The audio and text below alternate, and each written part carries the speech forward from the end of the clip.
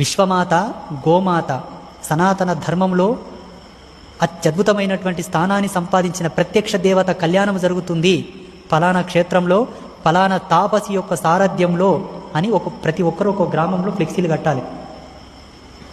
April 4వ తారీఖు జరిగేటటువంటి గోమాత కళ్యాణ మహోత్సవము కన్నా వారము ముందు లేదా 5 రోజుల ముందు, కనీసంలో కనీసం తక్కువ 3 రోజుల ముందు ప్రతి ఒక్క హిందువు ప్రతి ఒక్క ఇంటి నుంచి ప్రతి ఒక్కరు వారి గ్రామాల్లో ఈ గోమాత కళ్యాణ మహోత్సవాన్ని పురస్కరించుకొని బ్యానర్లు కట్టాలి, ఫ్లెక్సీలు కట్టాలి.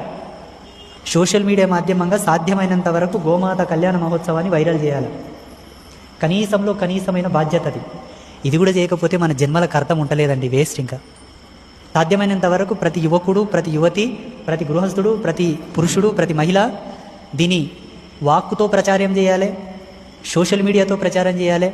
ఇంతకుముందు నేను చెప్పినట్టు ప్రతి ఒక్కరూ వాళ్ళ ఊళ్ళలో వాళ్ళు బ్యానర్లు కట్టుకొని ధర్మాన్ని వ్యక్తం చేయాలి. ధర్మాన్ని నీవు గోమాత కళ్యాణ మహోత్సవ బ్యానర్ కడుతున్నావంటే ప్రకృతికి అర్థమైపోతుంది, వీడు అసలైన నా బిడ్డ,